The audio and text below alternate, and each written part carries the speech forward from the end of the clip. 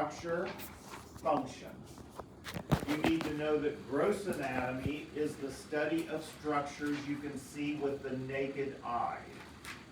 And you need to know that microscopic anatomy is the study of structures that require magnification. Gross in medical terms or Latin terms means able to be seen with the naked eye. So we may talk about gross anatomy. I may talk about my gross findings on a physical exam of the dog. My gross findings are the findings that I find just by looking at the dog and examining the dog. Gross has many other terms outside of the medical field, but in the medical field it refers to what can be seen with the naked eye. Let's see, I want you to know the levels of organization in the body. Molecular level, cellular level, tissue level, organ system, and organisms. They're pretty easy, smallest to largest. I won't ask you about the cell theory on this quiz, but at some point you'll get asked about the cell theory right there. All organisms are composed of cells. The cell is the basic living unit, and all cells come only from existing cells. Let's see, please know the names of the 11 organ systems in the body.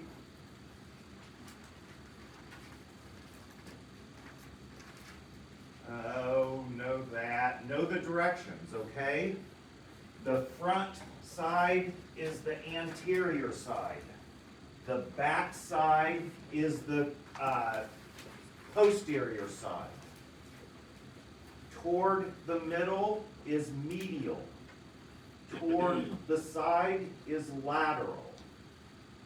Toward the top is superior. Toward the bottom is inferior. When we're talking about an extremity, the closer it is to the center of the body, the more proximal it is. The further away from the center of the body, the more medial it is. Anterior, posterior, medial, lateral, proximal, distal, superior, inferior. Those are the biggies. Know those directions, please. Know the areas of the body. The forehead is frontal. The chin is mental. The cheeks are buccal. The nose is nasal. The ear is otic. The head is cephalic. The neck is cervical. The shoulder is acromion. The upper arm is the brachium. The lower arm is antebrachium. The wrist is the carpus. The fingers are the digits.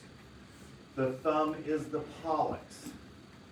The cervical area is the neck area. The thoracic area is the chest area. The lumbar area is the lower back area. And the sacral area is the tailbone. The gluteal area is the buttocks.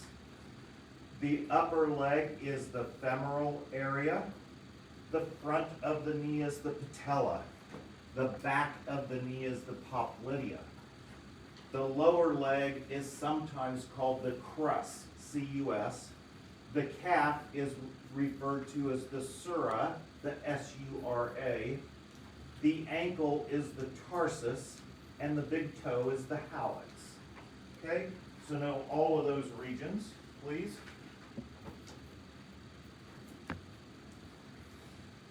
Palmar is the palm, plantar is the sole.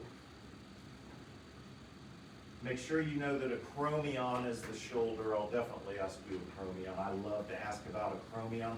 And I also like to ask about olecranon, and also like to ask about calcaneal. The heel is the calcaneus. It's really important that you get used to that term for it.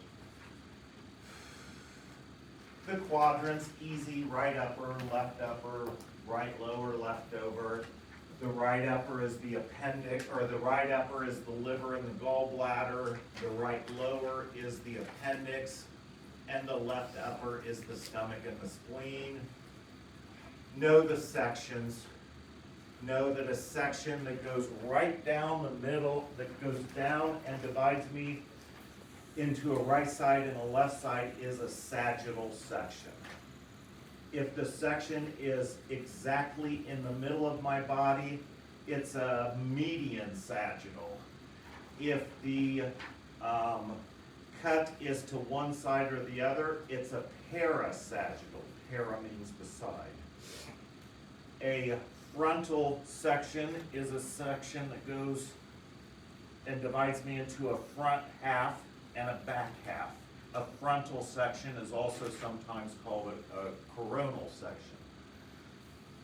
And then the last one is a transverse section. So if you cut me into a top and a bottom, whether you cut me off at the neck or the chest or the leg, if you cut me into a top and a bottom, that's a transverse section.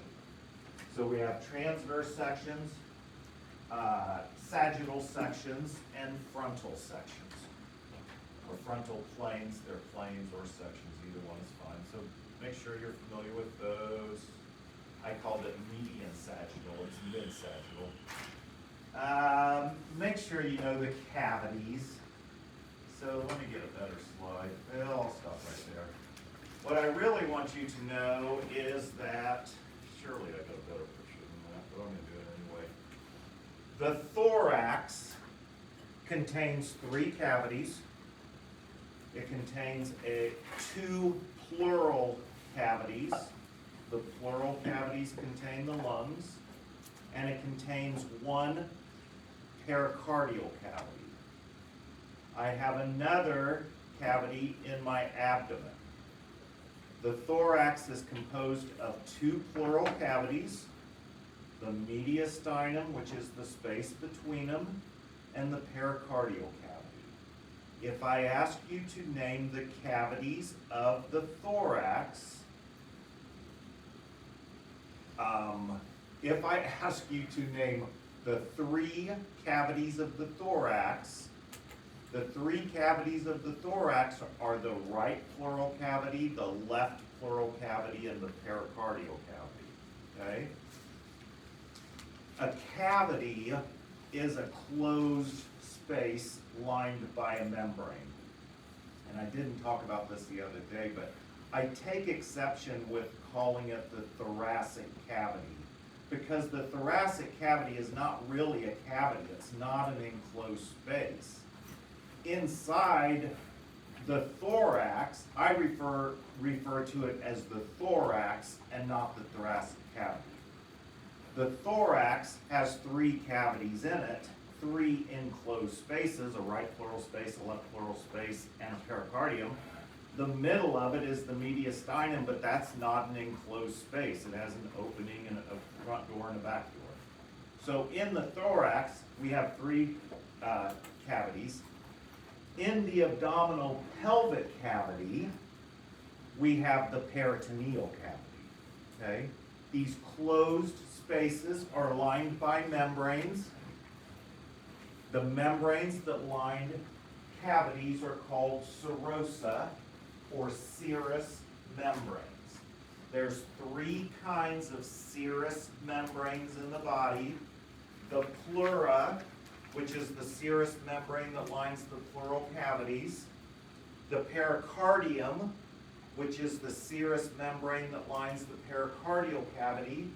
And the peritoneum, which is the serosal membrane that lines the abdominal cavity. I'm sure I'll ask you that question. Name the 3 types of serosa in the body: pleura, pericardia, and peritoneum.